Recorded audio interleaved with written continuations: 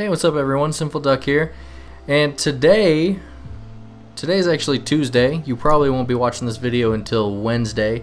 But today, patch 5.1 came out, and I want to take a few minutes to go over a couple of the changes, but I want to go through the talents and kind of give you my opinion on what you should run with for this patch. So I'm going to go ahead and jump into it here.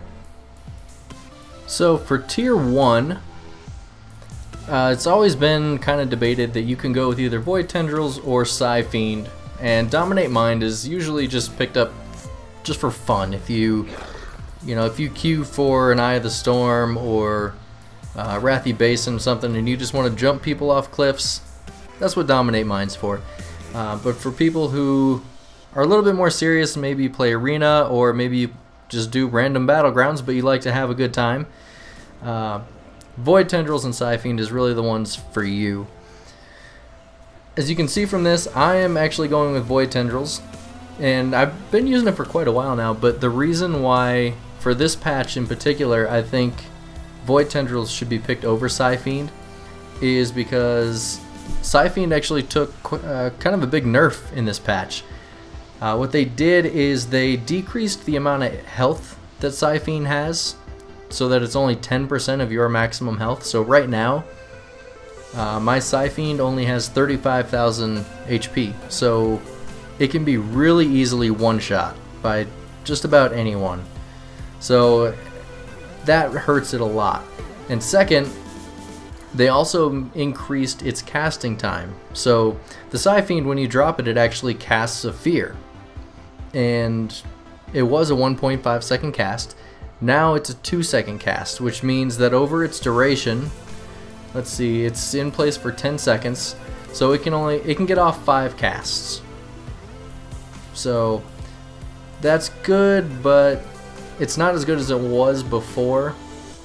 So I don't know. For me, the nerf to the casting time plus the really low HP just really doesn't make it that useful for me.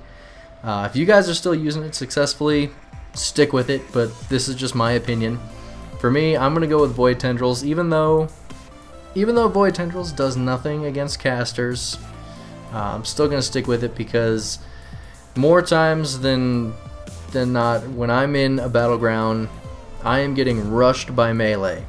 Anytime a warrior or a DK sees that little purple shadowy guy, they come running. So I like having Void Tendrils to get those guys away from me. So that's what I'm going to stick with. Alright, in tier 2 now, actually for the rest of these, they really don't change much from what I had before, but tier 2 for PvP, Phantasm all the way. When you fade, you remove all movement impairing effects, and you're untargetable by ranged attacks. That can be useful in a number of ways. The first thing that it's really good for, obviously, is if you get snared, or if you're rooted, you can pop fade and take off. That's a great way of using it, is to get out of things like that. It's kind of a secondary trinket almost. It's not quite as good as the trinket, but it's pretty close, so keep that in mind for that. Also, the becoming untargetable by ranged attacks, that is huge. If you're going against any kind of caster, any kind of range, so hunters, mages, warlocks, anything like that, if your silence isn't up, but you need to stop them from casting something at you, of course, use fade. If they're in the middle of a cast and you pop fade, it's going to interrupt them. So Phantasm all the way for Shadow Priest PvP.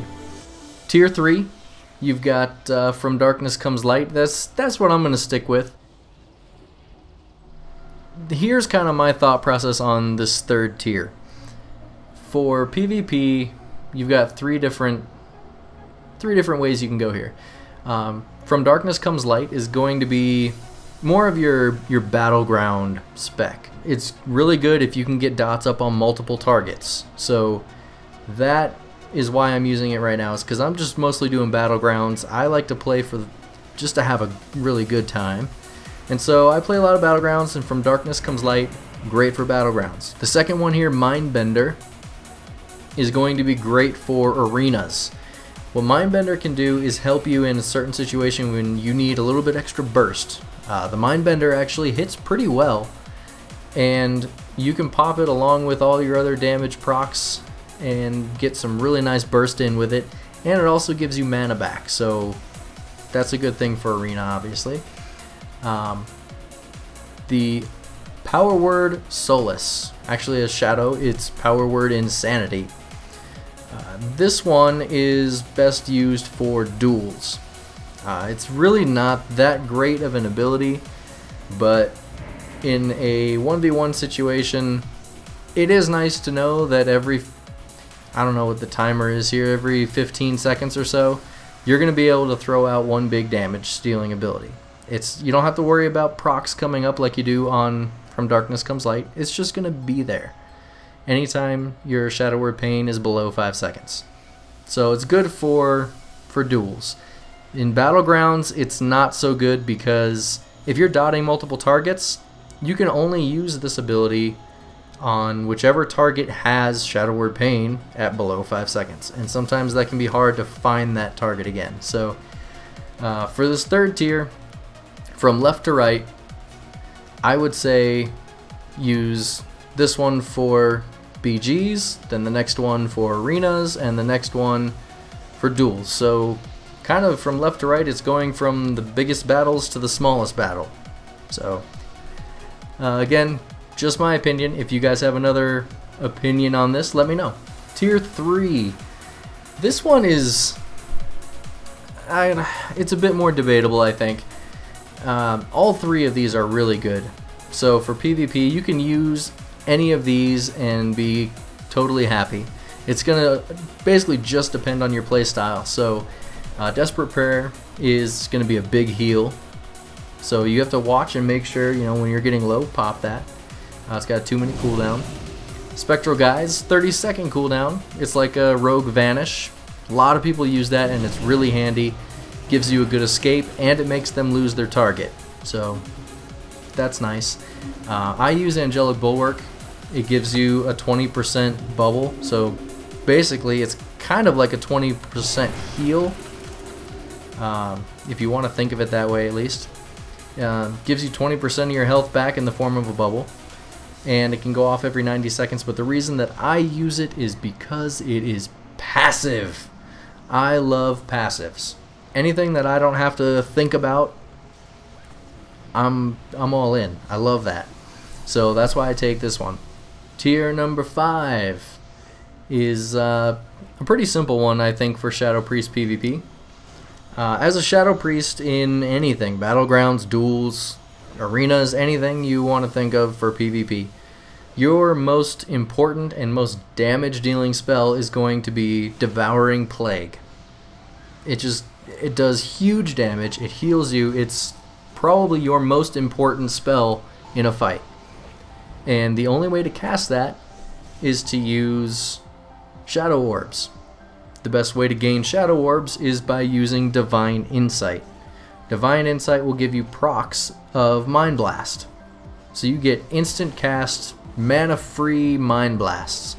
And the more of those you get, the more Shadow Orbs you get, which means the more times you can throw Devouring Plague.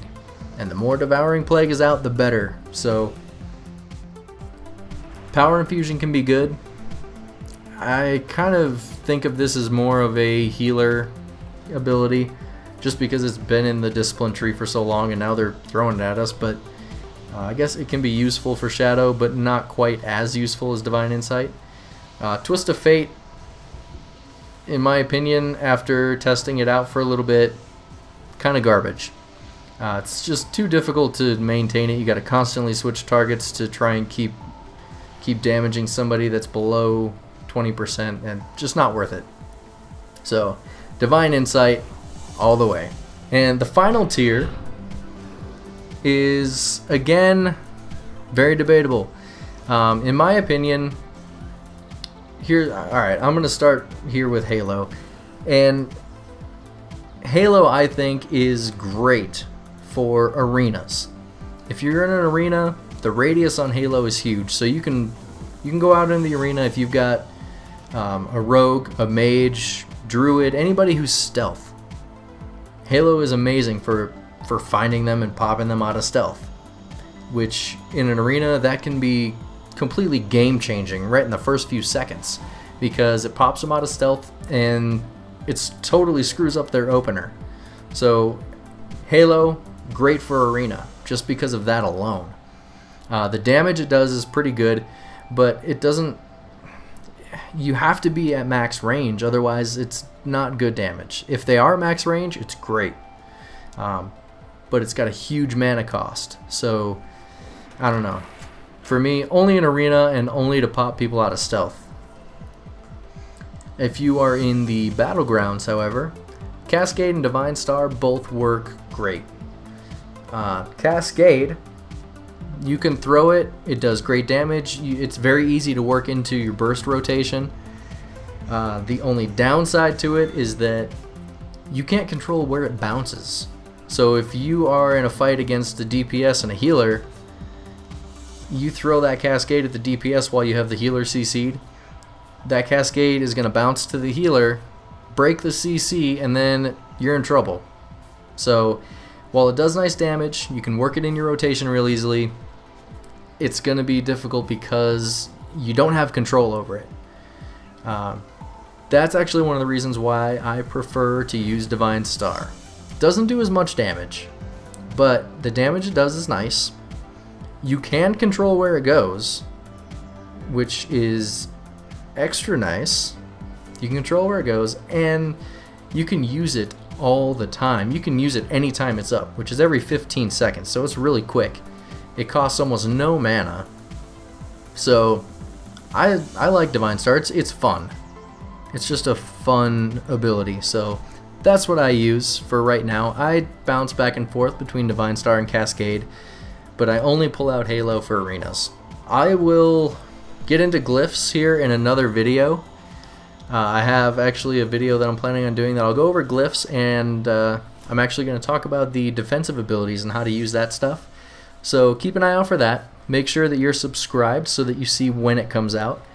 Also, I have later this week, I'm going to have a product review for the recording software that I use. It's sort of a new program, new on the market, and I absolutely love it. Great quality, very easy to use, lots of features. So I'm going to do a review on that, and I actually will be giving away a couple copies of it. So again, make sure you subscribe so you see when that comes out, so that you could possibly win a copy of some really great recording software. Give this video a thumbs up if it helped you guys, and let me know if you liked it, you disliked it. And also, if you have any opinions or ideas that I missed that you think I should share with everybody, let me know in the comments below. Look forward to talking with you guys again later. So until then, take it easy.